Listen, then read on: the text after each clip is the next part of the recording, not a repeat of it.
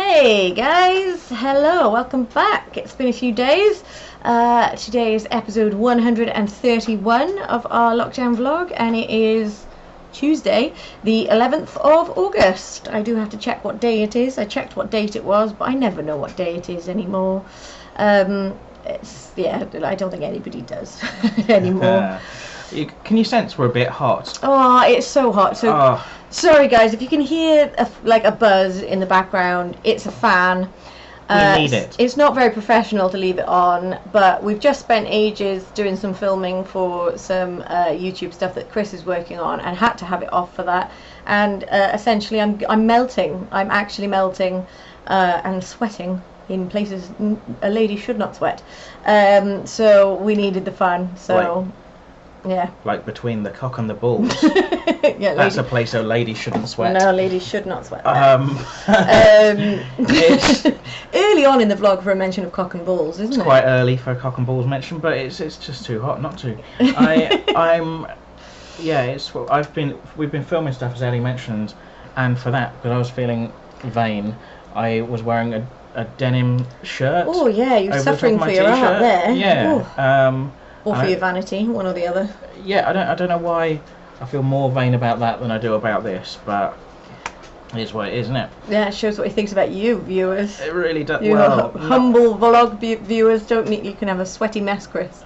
Not a lot of you have. Not enough of you have liked and subscribed. So this is what you get. We'll get vainer if there's more of you. Yeah, if we get to 500 subscribers, we'll start looking really good. Oh, hella. Oh, yeah. I will get back on my. I will lose a stone per 1,000 subscribers.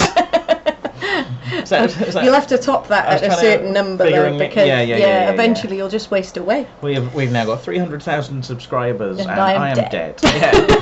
But that would be grim. I was reading a thing on a website called Quora. Yeah. Where that's the Answers website, isn't it? Where people can sort of submit questions and anybody can answer. And some prick on there had this question. He was like, "Oh, I put out 5 YouTube videos and I've only got like 328 subscribers. Should I give up?" Oh, humble brag. Yeah. Fuck you, Quora man. So. But yeah, we do really need to know who he was, but we need more subscribers. Yeah, we need to beat that prick. Yeah. We do need to get to our 100 subscribers. We are closer than we were. We're in the 50s now. I think we're about 54 last time I checked. So thank you to everybody who is subscribing so far. And yes, we're back today, and talking about you getting exercise, you're about to get a lot more than you have been. We never used to ask people to like and subscribe at all, did we? And then we used to do it at the end of the episodes, and now we're just doing it at the start before we've even delivered any content. Yeah. It's appalling. We need you to like and subscribe, guys. So anyway, because we, as you know, we're doing this vlog every single day without fail for well over 100 days. 129 or no, 127 I think, or 8 was the daily ones. And the main reason that we slowed it down and stopped doing it every single day is that Ellie was a bit busier because she was getting prepared to get her business back up and running and get back into work. But there's still some kind of stumbling that went blocks. Well. We're closer though, because actually I'm not there today, but other people are there working without me being there, which is brilliant. Nice. David, my business partner, and Conan, one of our staff, are there getting some bits ready for reopening, but we still have a big old question mark on the loos upstairs, but we're just getting it ready anyway. If needs be, we'll literally just do a couple of bookings where it's literally just one of an evening, which we can just make them go to the loo somewhere else before we arrive, because this is bullshit. We need to get open. But one thing that is encouraging though is I'm getting quite a lot of inquiries now of like, hey, try to book on the website, but you don't seem to have anything till September. What's going on? And I'm like, because don't know. Please come. So we're actually getting a lot of interest, which I'm finding encouraging. Yes, it would just be nice if you could convert that interest into bookings and money. And so it seemed as though we were slowing this vlog down because Ellie was gearing up to get back to work. Meanwhile, I was still sat on the sidelines waiting to hear from my employers, and now it looks as if in You've been drafted.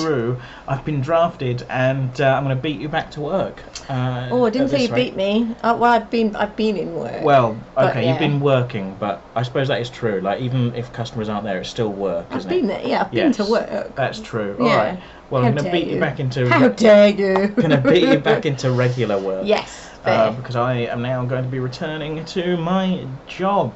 Yay! Lockdown is over. We can all just relax now. I'll do 100% more work to get 20% more wages. I miss furlough already. And I'm going to miss the quality time that I've had. I'm also going to miss not having to go places when the weather is this unpleasantly warm. Oh, it's grim, guys. I don't know how I'm going to face the commute, the getting up in the morning, the heat, having to wear like a shirt and tie, like the whole thing is going to be an I think very much put the tie on when you get to work. Don't wear the tie in this heat. Oh, God. Hopefully the aircon's working once I get there. Fingers crossed. And so guys, if anybody is watching this from further afield, like, you may be thinking, what a bunch of wusses the Brits are, and we are. We don't deal with heat well, but there's a very important reason for that.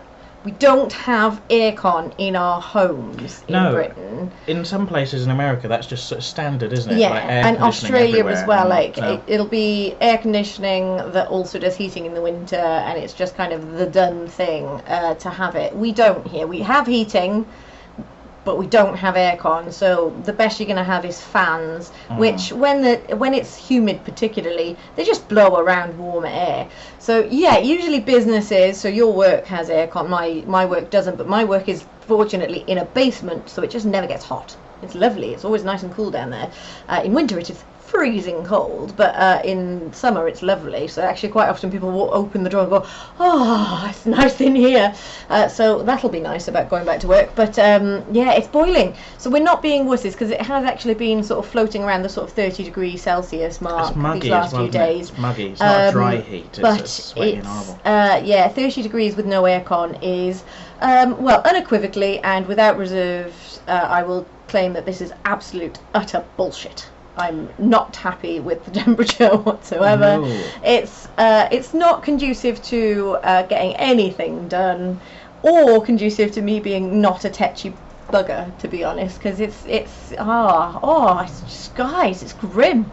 But yeah, you know. The other thing that I'm slightly dreading about going back to work, as nice as it will be to see everyone, is the commute, because not only will I have to walk quite a way to get to the train station, I will then have to catch public transport for the first time in months. It's supposed to be mandatory masks here in Wales, but a friend of mine did the trip the other day. He said he was the only one in a mask, and there were no guards around to enforce anything. So that's frustrating. Good. The only thing I do hope, if that is the case, is I do think that perhaps you wearing a mask is a bit of a visual reminder to people that you are taking it seriously, even if they aren't. So they might just be slightly more inclined to kind of go, oh, yeah, but obviously you can't tell if someone's wearing a mask from behind.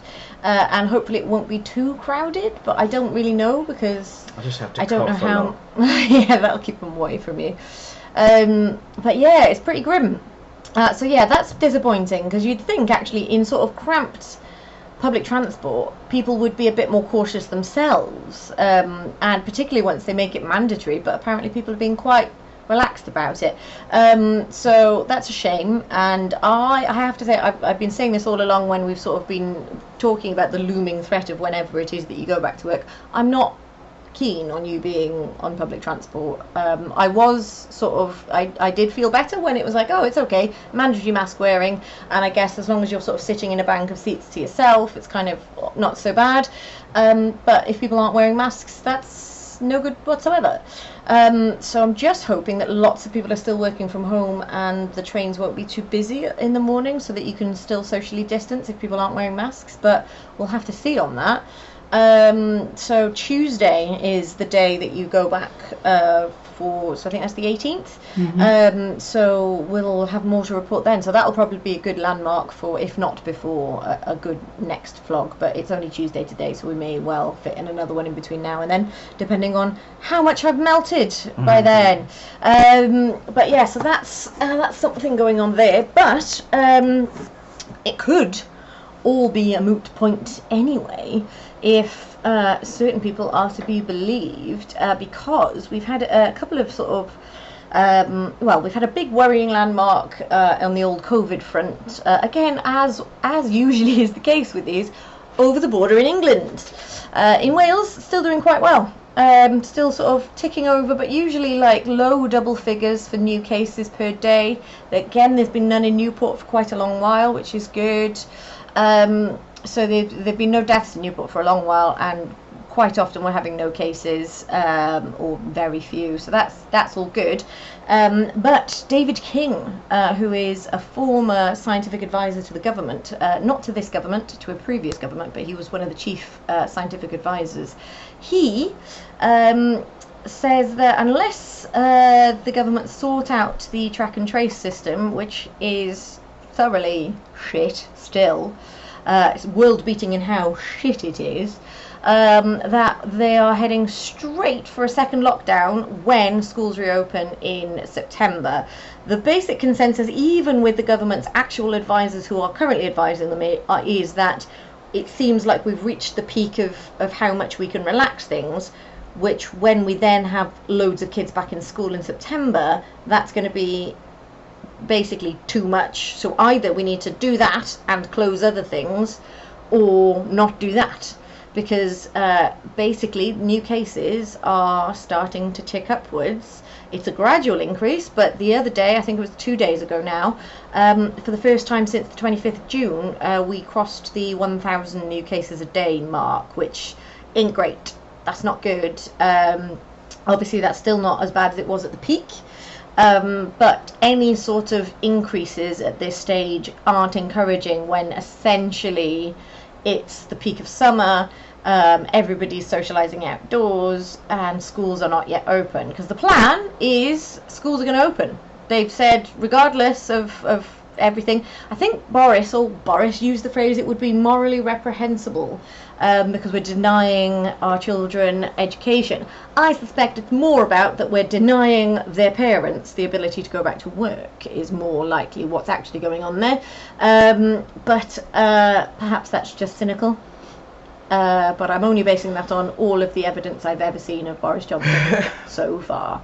So there we go. But yes, I suspect it's more for economic reasons than educational reasons. Because if he cared that much about education, he probably wouldn't have been cutting funding to schools in real terms over the last decade of austerity. Admittedly, not all of that was Boris Johnson, but it was him and his cronies.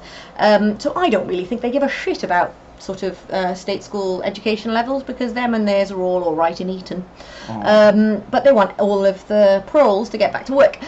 So that is what I think is going on there, and I think again it's going to be, so their chief advisor has said something's got to give. So if you want to have all the kids back in school, you're going to have to sort of contemplate reclosing pubs and restaurants, indoors at least. Like, you can't do both, because we can't have too many indoor melting pots basically. And there's new evidence coming forward that while it is true that it seems to be the case that it is rare for children to have severe cases of COVID, there's no evidence to suggest that they don't spread it quite effectively. And actually teenagers seem to spread it just as effectively as adults, and have just as much likelihood of passing it around.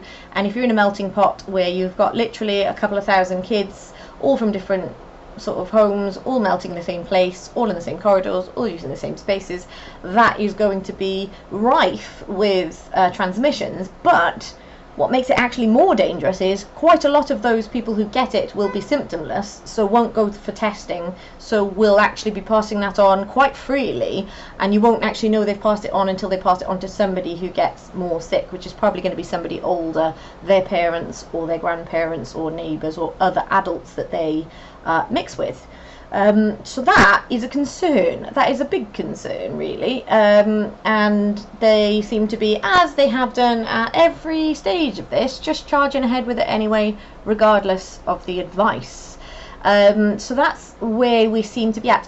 On the topic of the track and trace debacle, so back in like April, when this was kicking off very much, it was already starting to kick off before then, but old April was the peak of all of this kicking off. They promised that they were going to have a world-beating track and trace app, and that was going to be up and running. So basically we'd all have it on our phones, and it would automatically sort of log everybody we've been in contact with, and if you got a positive COVID test, it would automatically flag all of those people up. Also, if they were told to isolate, it could monitor that they were isolating, because it would sort of, obviously you could just leave your phone at home, but it would basically check that people are following the rules.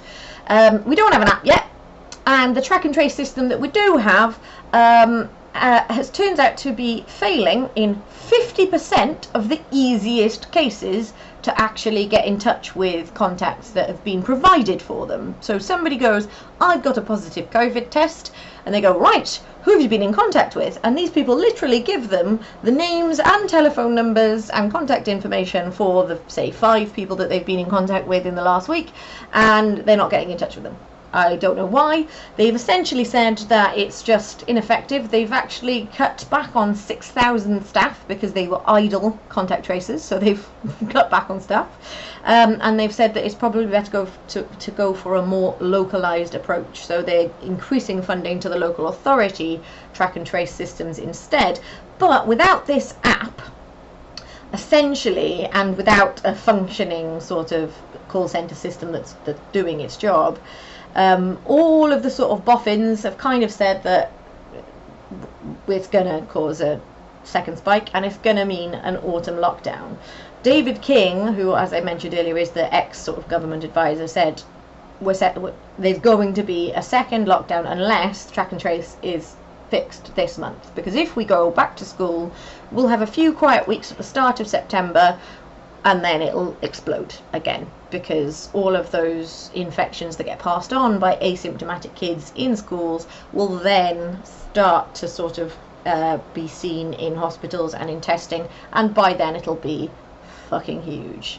If we're sending all of the kids back and we're not having social distancing in schools, that logic seems sound to me. Anyway, his basis on that is unless we actually get proof that people who need to isolate are isolating, and they're all found and they're all told, and we can nip any actual outbreaks in the bud.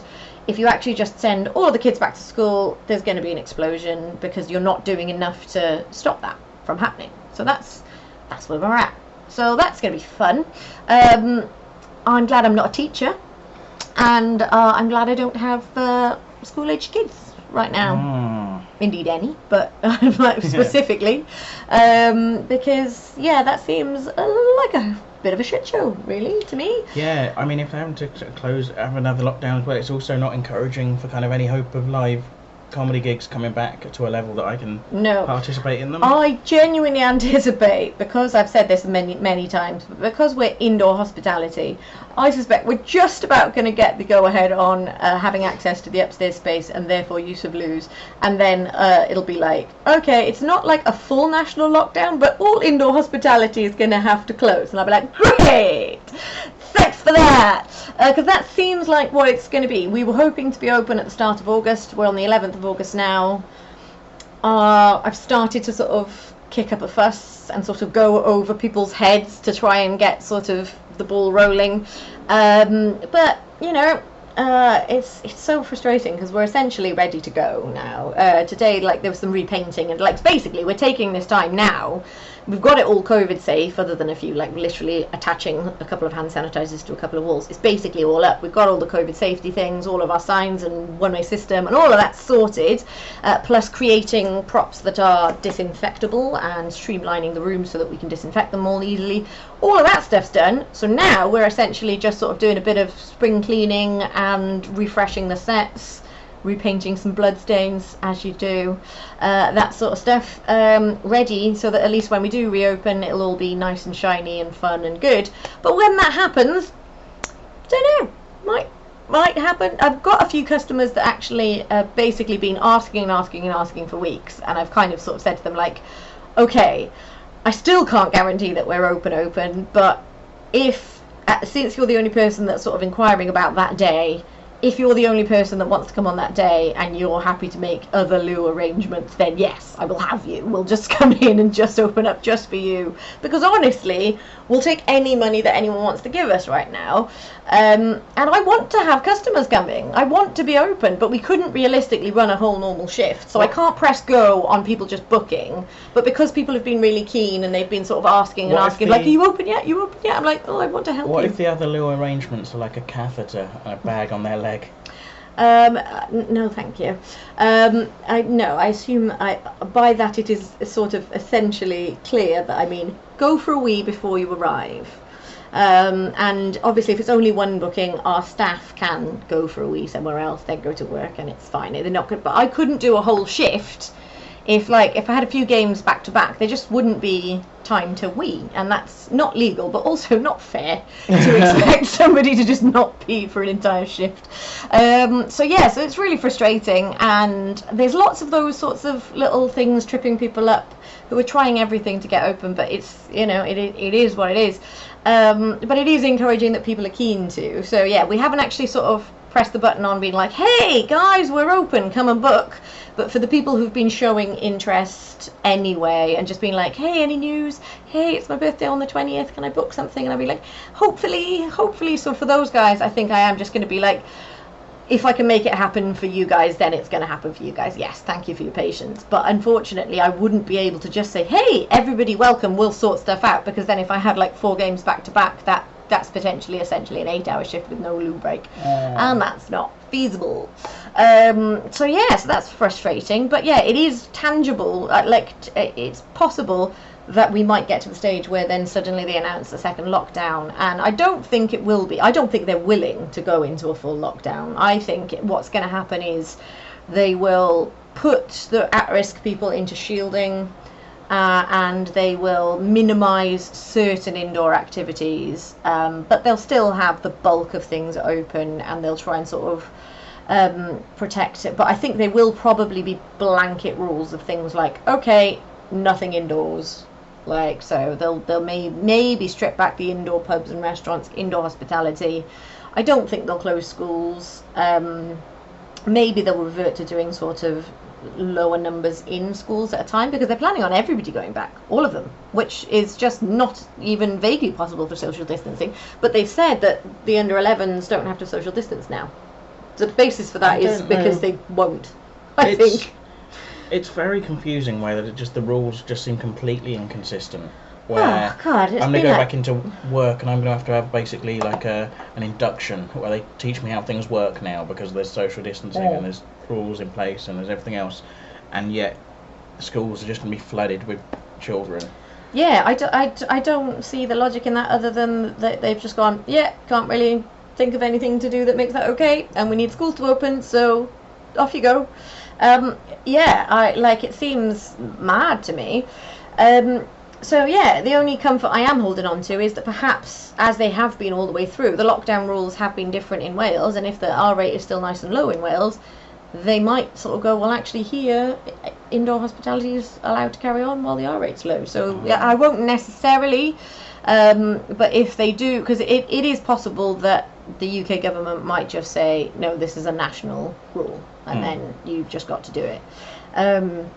But we just got to wait and see. But in the interim, just doing all that we can to be ready to go and see what's what. But yeah, I am actually really keen to just be open and sort of have some normality now. But nothing's. I don't think anything's going to be normal again, really, is it? Everything will have changed, but there's some for the good, some not so much. But on that note, though, actually, the day of the 1,000 plus new cases in England, now that, I think, by anybody's measure, is not a good thing. That shows an increase, and it doesn't show a sharp increase, because actually looking at the graphs, it's actually sort of went down, and then there's just a very slow and steady incline. But it's not great. But on that day when that happened, sort of the UK media, doing what it does, goes, well, this doesn't look good for us. What can we talk about? What can we distract them with? So what they've done is now this has always been a thing that's been going on in the background, but just every now and again they try and whip up some hate about it. But basically, showing footage of refugees making the crossing on dinghies and rafts and very crappy little boats to get across the channel from France to England, and that is currently apparently more important than 60,000+ people dead, a failed track and trace system. Oh, another nice thing that's recently happened is that they gave a £150 million contract for masks, which proved to be not fit for purpose. So somebody made a lot of money out of that, and somebody pointed out, like, we gave Captain Tom a knighthood for raising 32 million for the NHS, but then gave that to somebody for unusable PPE. So thanks for that. Well done, Captain Tom. Hope that keeps you warm at night, knowing that your money has lined some Tory donor pockets. But the amount of money that has been shifted away into companies that just have like hardly anyone on the books and no turnover and no previous experience with and PPE. People just kind of being given contracts without really having to not having to sort of like giving like 100 million, 200 million pound contracts for these track and trace things without having to sort of compete for public tender. It's the most corrupt pile of bullshit I've seen in a long time, and it's like we're all just numb to it. Like everyone's just going, yeah. So everybody, like the people who are outraged on the left are going, yeah, but it's the Tories, isn't it? This is what we expect from them. We tell everyone and nobody believes us, and then people keep voting for the twats. And the Tories are going, well, we're getting away from it. We're getting away with it, so we'll keep doing this because we're getting away with it. But hundreds and hundreds of millions of pounds since the start of this crisis has gone for things that have never appeared, PPE mainly. But yeah, sort of contract tracing, health sort of contracts and all sorts. And it's blatantly corrupt. Also, like the Russia report came out, it's proven that there was Russian interference in both the EU referendum and the last election. And then in response to the Russia report, Boris Johnson goes and gives a peerage, so a seat in the House of Lords, to a son of a known KGB agent. Like, are you fucking kidding me? You're not even trying to hide your corruption. You're just doing lots of corrupt bullshit. And so they're kicking up a fuss in usually the right-wing media, which, let's face it, is most of the media, about all of these migrants. And it's interesting to use the term migrants. These aren't migrants. These are refugees fleeing war-torn countries in pitiful situations. Like the pictures that you see of these poor, desperate people, and there's like parents holding babies in the water that have like gone overboard, and it's choppy crossings in a dinghy. Nobody does that for the £35.72 a week you get if you get asylum seeker status in another country. They're not doing that for the lulz. They're not doing that because they think they're going to get an easy ride over here. They've got very little choice, and we're the ones fucking selling bombs to the people who are bombing their country. So we should be welcoming these people with open arms. Yeah, if you want less migrants, stop selling bombs. And there'll be less people whose lives are risked trying to escape, you pricks. Yeah, and anyone who is sat there bitching and moaning about poor Yusef coming from Lebanon, who's come on a boat, like, with his son and his wife who's pregnant, like, because he's coming here to steal benefits. It's like, give your fucking head a wobble. How little compassion can you possibly have? The only reason that you are here and he was there is luck. You're not better. You're not worthy of like anything more. You just happen to get lucky to get born into a country that has, we're the 5th richest country in the world. We can afford to take in refugees from countries that our bombs have destroyed. Essentially, we can afford to take in refugees from everywhere anyway, and we should. And you know what? We'd probably be less of a hated country and less of a target for terrorism and military action in other countries if we weren't a bunch of pricks and stopped bombing the shit out of these poor war-torn countries. So how about have some compassion? Don't be a dick. These are not sort of benefit cheap people who are just coming here to steal what you've got hidden under your mattress. we're all like, it's divide and conquer, and the right-wing press have done an amazing job of turning the working class on anyone who is lower than them, which is usually people on benefits, people who are from other countries, refugees, asylum seekers. It's basically, if you all hate each other and fight amongst yourselves, you stop notice how royally shafted you are being by the powers that be. And it is so blatant, it is so transparent, and it's working. And that's the thing that's so depressing, because I look at the country that I live in and I despair. You look at the comment section on any, like, these pictures, and they're heartbreaking. There are pictures of, well, there have been children that have drowned at sea trying to cross, and it's heartbreaking. I can't even bear to look at these pictures. And there's people that will see those pictures and comment, why didn't they just stay in France? And it's just like, right, loads of reasons, actually. So yes, the argument that, it's a very weak argument, but the argument that most of these troglodytes are giving is that, well, once they've left the country they left, why didn't they just stay in the next country they got to? First of all, lots of them do.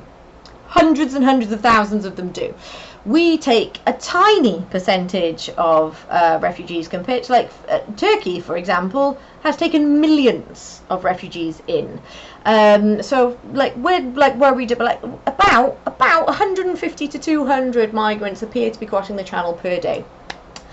In 45 years, that's not going to change our population. It's not going to make a blind bit of difference. More people than that are dying. It's fine. That's negligible. Nobody's going to notice. That's not going to change any fucking thing about the economy whatsoever.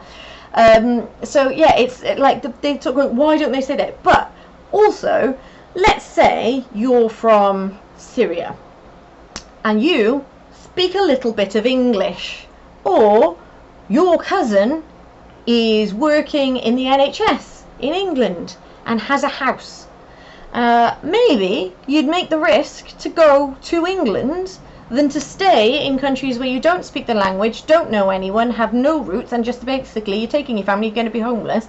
At least if you make your way to somewhere where you can speak a little bit of the language, like, which we've taught everyone to speak English because we're a bunch of imperialistic bastards. Everybody speaks English now, that's our fault. If you don't want that, that's your fault. So, like, that's what, there's lots of reasons why. And unless you are fleeing a war-torn country with your baby in your arms and a pregnant wife in tow, I don't think you're allowed to judge what decisions people might make, considering old Dominic Cummings was doing what was best for his family when he went for a fucking drive to Barnard Castle to check his eyesight. If you think that's okay, then I think Yusef in his dinghy is doing okay by me. I would, honestly, I see it as a sign that, like, I think it's a good thing that people look at our country and think that is a place that will give me somewhere, some hope and some chance at life. How do you know this, Yusef? I don't know Yusef. I've just named him Yusef. I'm not normally a jealous man, but you're talking a lot about this Yusef. He's a nice family man. He's looking after his wife and kids very well. That's the sort of man you like, is nice family man. I do like nice family men. It's alright, he's hypothetical. He owns his own dinghy. He does. I like to go for a little sail on the weekends. Yeah, see, exactly. No, he probably doesn't own his own dinghy. He's probably relying on people traffickers to get him across the channel. And yeah, probably spent his life savings to get here. It's not really about the £37, whatever it is per week, really, is it? So have some fucking sympathy, or at the very least, shut your cake hole. Shut up. Speaking of people traffickers. Yes, we do, yes. And I say people traffickers, I'm speaking more specifically of the people traffickers of history. Right, yeah. So slave owners. Yep. And slave traders. Yeah. And a lot of stuff came up out of the Black Lives Matter thing, of things being kind of changed or removed or deleted or cancelled or taken away. Racist things and things with racist connotations and things with racist names, and a lot of things that were kind of named after slave traders and things like that, and most famously, of course, Edward Colston in Bristol. But other slave traders are available. Sadly. Plenty of statues probably still standing. Yeah, just in case they ever want to show this on the BBC. So they And people get, like, some people get very upset, and they say, oh, well, I can't take away my things, and you can't change the name of things, and it's Can't tradition change history and whatever, and and it's blah, and the argument that often gets put forward, and it's an argument that I tend to agree with, is why are you, if you know this thing is upsetting to a certain group of people for whatever reason, why are you so desperate to cling to it? Like, why is it so important to you that this is called the Colston Hall, or you're allowed to use that term that it turns out is racist, or you're allowed to watch someone blacking up on the television? Why are these things so crucial to you that you're willing to let a whole race of people be offended or oppressed in some way by it? I think it is essentially not implicitly saying, but what it is expressing is, shut up, maintain the status quo, stop moaning, is essentially what these people are going, why we shouldn't change things. It's essentially you're saying, shut up and sit down. Now, the thing is, Ellie... Yeah, I don't like it when you use my name. I always feel like I'm in trouble. The thing is, I generally tend to go along with this thing of like, well, why does it matter to you? Change the name of the hall if it's less offensive. That's great. That's a positive step. But I worry that I have found my line in the sand. Oh, right, okay. The point beyond I will not cross. Right, what is that then? The gammon hill on which I'm prepared to die. Oh no, what is it? Because it turns out I was listening to a podcast, a new podcast that's very good actually, and it's co-hosted by the comedian and musician. We've been filming all afternoon, guys. I know, and I can't speak. It's very hot. I can't speak. I don't know if I've mentioned, guys, but it's quite hot. Robin Allender, anyway, is the name of the comedian and musician who co-hosts it with another guy whose name is completely out of my head, but I don't know him anyway. But it's a very good podcast, and they talk to people about their own kind of personal connection and experiences with the Beatles music. And I'm really enjoying that. And I was listening to an episode of that with someone who actually lives in Liverpool on it, and they were saying that basically Penny Lane is supposedly named after a guy called James Penny, who was a slave trader. Oh. I say James Penny, I think it's James Penny, I might be wrong, but... We will fact check in the blurb. Well, no, let's not, because do you know why? Because if I've got his name wrong, I don't care, because he's a slave trader and I do not respect him. Old Jim Penny. Old Jiminy Pens.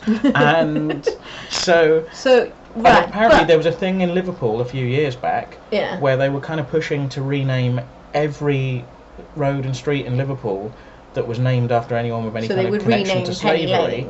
Well, that's where it was getting like popular momentum until someone went, hang on, we'd have to rename Penny Lane, and we went, oh well, hang on.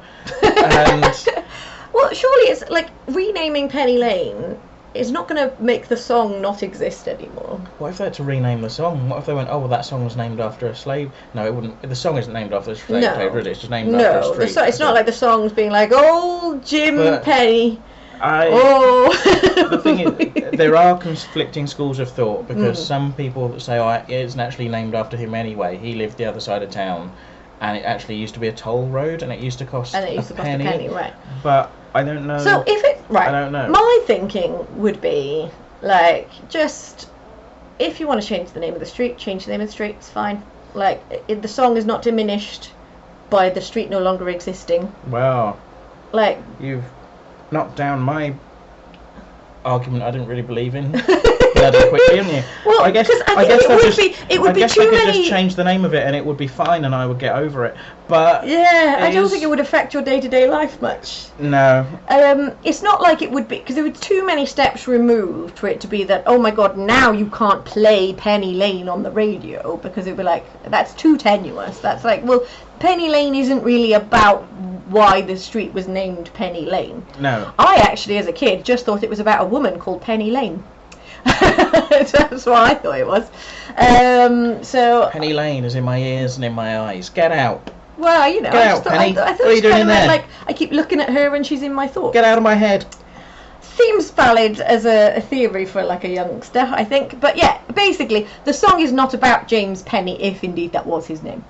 Nor is it about, hey, let's all name streets after slave traders.